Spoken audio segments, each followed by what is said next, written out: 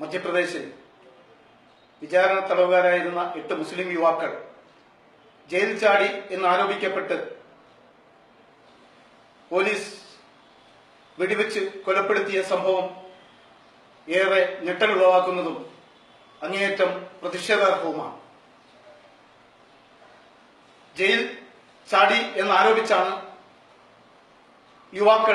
യുവാക്കളെ ഏറ്റുമുട്ടലിൽ വധിച്ചു എന്ന് പോലീസ് പറയുന്നു. ഈ പോലീസ് ഭാഷ്യം കണ്ണടച്ച് വിശ്വസിക്കുക പ്രയാസകരമാണ്. കാരണം പോലീസിന്റെ വിശദീകരണത്തിൽ തന്നെ ധാരാളം വൈരുദ്ധ്യങ്ങളും ദുരൂഹതകളും പഴുതുകളും അവശേഷിക്കുന്നുണ്ട് എന്നാണ് മനസ്സിലാക്കാൻ കഴിയുന്നത്.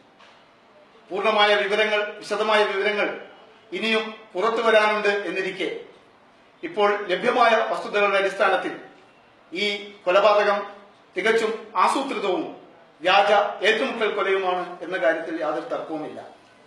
നമ്മുടെ രാജ്യത്ത് ഇതാദ്യത്തെ സംഭവവുമല്ല. വിചാരണ തീരാറായ പ്രതികളെ പോലീസ് ഏറ്റുമുട്ടലിൽ കൂട്ടത്തോടെ വധിച്ച സംഭവം ഇതിനു മുമ്പും നമ്മുടെ രാജ്യത്തുണ്ടായിട്ടുണ്ട്. നിശ്ചിതമായ ഇടവേളകളിൽ ഇത്തരം സംഭവങ്ങൾ ആവർത്തിക്കുന്നത് വളരെ ഗുരുതരമായി കാണേണ്ടതുണ്ട്. ഈ 8 പേരെയും ഭോപ്പാലിലെ അതിർത്തി ഗ്രാമത്തിൽ വെച്ച് കൊലപ്പെടുത്തിയെന്നാണ് പോലീസ് പറയുന്നത്. പോലീസിന് നേരെ വെടിയുതിർത്തു എന്നും കേൾക്കുന്നു.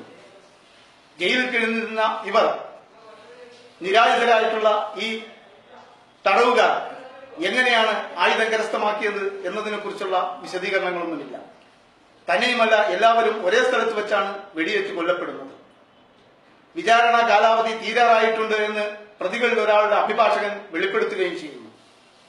ഈ സാഹചര്യങ്ങളൊക്കെ പരിഗണിക്കുമ്പോൾ ഇത് ഒരു വ്യാജ ഏറ്റുമുട്ടൽ കൊലയാണ് എന്നും അത് ആസൂത്രിതമായിരുന്നു എന്നും ആണ് നമുക്ക് മനസ്സിലാകുന്നത്.